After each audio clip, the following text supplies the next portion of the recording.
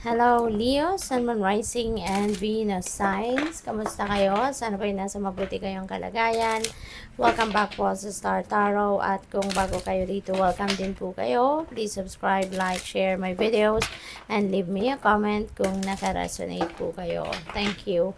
So, tingnan natin kung ano yung mga mensahe ng universe para sa iyo sa ngayon. Oh, wow. The Empress. Napakaganda. Leo. So, there is abundance and prosperity, no?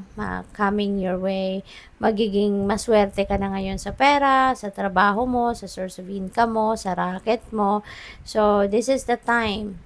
No, this is the time that you are going to start a life na you're abundant, you're prosperous, masagana ka na sa pera, sa material na bagay, no, sa inyong mga needs, sa inyong mga wants. Maybe you can afford that as well na sa ngayon. Kaya, good luck sa'yo.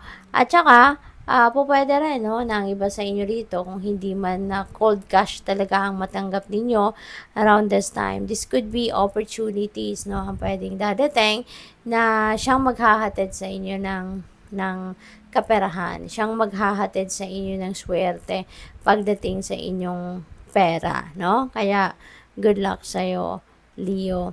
Also, this is the time, no, that you're going to take extra care of yourself as well. You're also going to focus on nurturing yourself, nurturing your loved ones, no, yung mga mahal mo sa buhay, yung ganon. Alright? So, congrats. So, what else? We have the world. Wow. So, very successful yung mga susunod na araw sa iyo, or baka ang iba sa inyo nga baka talagang nag-succeed na kayo, no? Kasi 'di ba, yung energies naman are fluid. Sometimes, may mga nag-resonate na sa inyo. Sometimes may mga mensaheng hindi pa nangyayari, yung gano'n, no? So, energies are fluid. Let's always remember that. So, pwedeng sa ngayon, this is really a time of happiness and joy kasi nga may tagumpay ka, magtatagumpay ka dito, no? Maybe this is tagumpay that's going to bring forth success. I mean financial success, no, and material success sa buhay mo. Maaaring may completion dito, may completion energy. Meron kayong matatapos na rito, may mga goal achieved dito pa, pwedeng sa pag-aaral, pwedeng project, o pwedeng task, no, na binigay sa inyo sa trabaho, something like that.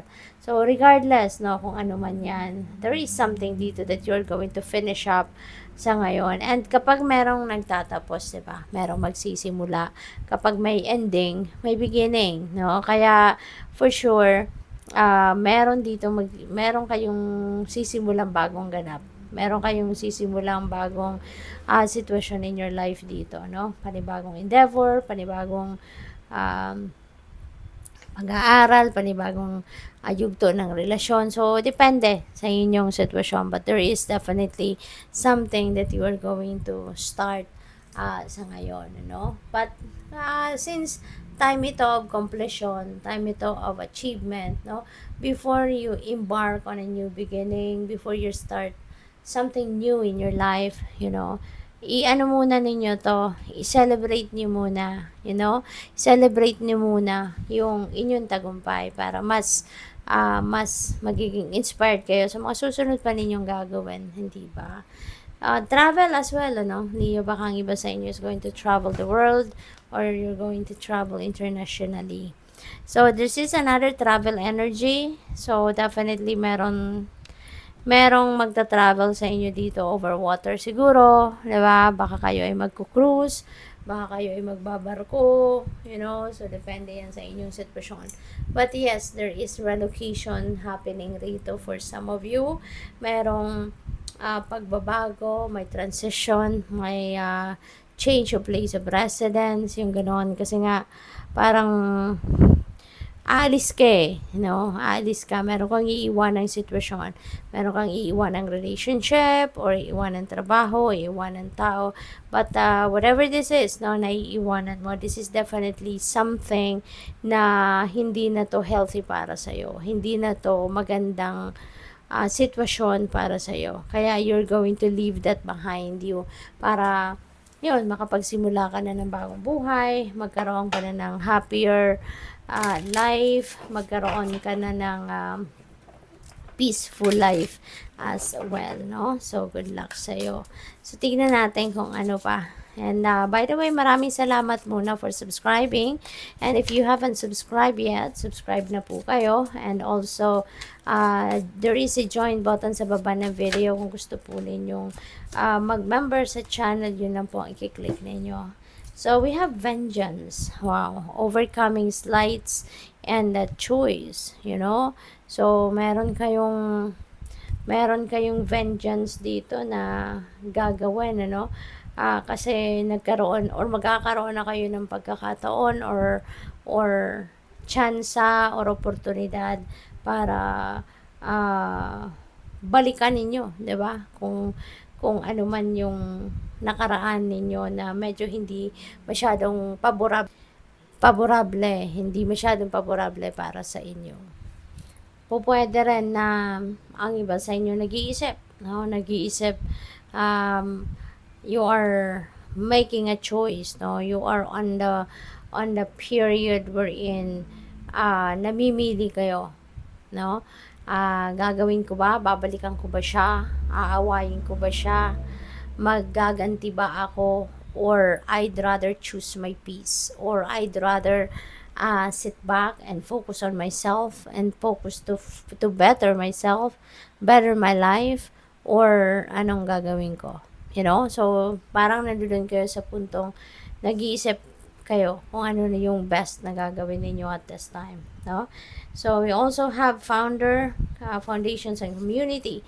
So, siguro ang iba sa inyo rito, no, you're going to focus on establishing yourself or establishing your life. Lalo-lalo na sa mga major areas of life, no? O pwedeng establishing your, position sa trabaho, position sa kumpanya, posisyon sa gobyerno, o pwedeng ganon, no? And with the help, no, that is with the help of the community around you. Siguro hindi lang ikaw itong mag-isa, no, but you are getting the support of the people around you, you know, sa balak ninyo gawin itong pag-establish ng sarili ninyo dyan. We have the musician, inspiration and gratitude. So, this is a reminder para sa inyo, no, na huwag kayong makakalimot na magpasalamat lagi. Huwag kayong makalimot na maging grateful lagi sa lahat ng blessings na natatanggap ninyo, nare-receive ninyo. Okay? So, siguro din, you're musically inclined then, ano, at yung musika, maybe that is something that inspires you a lot. Maaaring mahilig kayong makinig ng music, mahilig kayong magtugtog ng musical instrument, something like that, no, and that inspires you. Siguro ginigising ng musika yung ano ninyo, yung creativity ninyo, yung creative ideas ninyo, yung ganon, no? Kaya lagi kayo nakikinig ng music. We have the storyteller, ayan, viewpoints and control, ayan. So, feeling ko, ang iba sa inyo rito, siguro baka kayo ay novelist, baka kayo ay writer, gumagawa kayo nagsusulat kayo, siguro maaaring yan trabaho ninyo, book author, or anumang klaseng paper, ang sinusulatan ninyo, something like that, no? Also, this could be a reminder then para sa inyo, Leo, to just focus on yourself. Focus on your own life's story rather than entertaining mga chismis, entertaining mga kung ano-anong mga minamarites at pinamarisol sa inyo na kung sino man, no? Yung ganon. Mas mag-focus kayo sa sarili ninyo.